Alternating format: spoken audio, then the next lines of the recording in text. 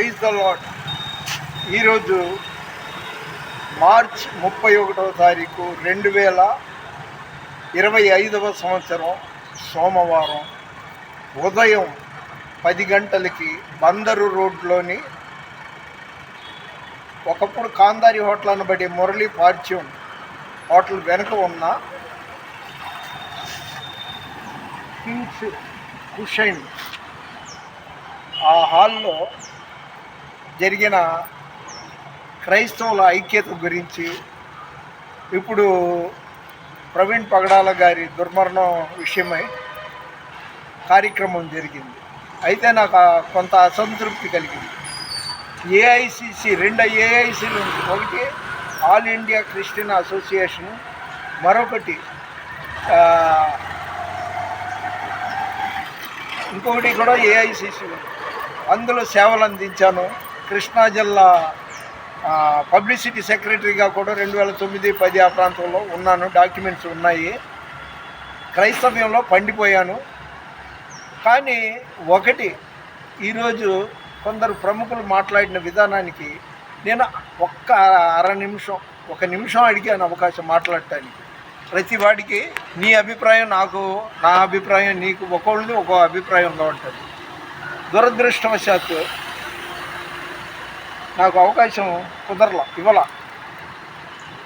బ్రతిమాలాను, అయ్యా ఒక్క నిమిషం నేను మాట్లాడటానికి నాకు అవకాశం ఇవ్వండి, నా అభిప్రాయం చెప్పడానికి నేను యూట్యూబ్లో పెట్టిన అంశాలని బట్టి నేను కొన్ని మాటలు మాట్లాడాలి అన్నాను. కానీ నాకు అవకాశం ఇవ్వాల. ఇవన్నీ చెప్పడానికి కారణం ఏంటంటే, ఇది క్రైస్తవులు ఐక్యత అనేది జరగని పని. పండిపోయాను. ప్రార్థనలో కానీ, డినామినేషన్లో కానీ, లేకపోతే క్రైస్తవ సమాజం, సువార్త వెలుగు, ఇలాంటి ఎన్నో పత్రికల ద్వారా కూడా అనేకులకు నేను పరిచయిస్తుండే. ఇప్పుడు నా వయసు 77 సంవత్సరాలు. త్రికరణ శుద్ధిగా దేవుని పరిచర్య చేస్తున్నాను. ఈ డేరింగ్ ఎవరికి ఉందండి? వచ్చాను వెళ్ళాను అనుకునే వాళ్ళు ఈ కోకళ్ళలుగా ఉన్నారు. ఇదిగోండి నా వీపు మీద కూడా పాటిస్తూ ఉంటారు. ఆ డేరింగ్ లేదు. కానీ ఏదో వచ్చాము, మాట్లాడాము, నా ఉనికి నేను చాటుకున్నాను అన్నట్టుగానే ఉంటుంది. అందుకే నేను చెప్తున్నాను, ఇది చావైతే లాభము, బ్రతుకుట క్రీస్తే. దేవుడి కోసం ఇంత ధైర్యంగా ఇవ్వడానికి పెట్టగలంటే నిన్న కాదు మొన్న కాదు, 1996 సంవత్సరం నుండి నా బట్టల మీద ఇలా ఎంబ్రాయిడరీ పెట్టుకుని వివిధ డిఫరెంట్స్ వాక్యాల ద్వారా నేను తిరుగుతున్నాను. అందుకే వాళ్ళకి అంతలోకి అయిపోయింది ఆ క్రైస్తవేతరులు, మతోన్మాదులకి. ఏంటది?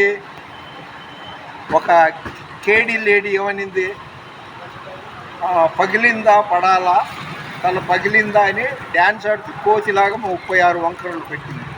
ఇంకొక చోట ఏముంది, వాడు ఆ దుర్గణ, శవశక్తి దుర్గణ ఏమన్నాడు, భారతదేశంలో ఒక్క చర్చి లేకుండా నేను చచ్చిపోయే లోపుగా అలా జరగాలి, ఒక్క పాస్టర్ ఉండకుండా చెయ్యాలి అనేది వాడి సిద్ధాంతం అంట. వాడు అంత బాహాటంగా మాట్లాడుతున్నాడు. మరి చట్టాలు ఉన్నాయి, మంత్రులు ఉన్నారు, ఎమ్మెల్యేలు ఉన్నారు. వీళ్ళు ఏం చేస్తున్నారు? వాళ్ళకి వినపడలేదా, కనబడలేదా? 4 గోళ్ల మధ్య చేసిందా ఇది? ఇలా ఉంటుందండి. వాళ్ళు చెప్పుదురే కానీ చేయరు. అందుకే నేను చెప్తున్నా, ఎవడు ఎలా పోయినా చావైతే లాభము, బ్రతుకుట క్రీస్తే.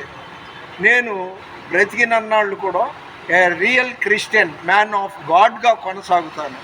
ఈ సదస్సులు, ఇవి సంఘీభావాలు, నీ నాయకత్వం నాకు పడదు, నా నాయకత్వం నీకు పడదు, ఇలా ఉన్నన్నాళ్ళు ఇలాగే కొనసాగుతూనే ఉంది.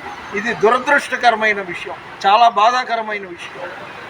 ఆయన నీ కోసం, నా కోసం మనిషి అవతారంగా భూమి మీద రావడమే మన అదృష్టం.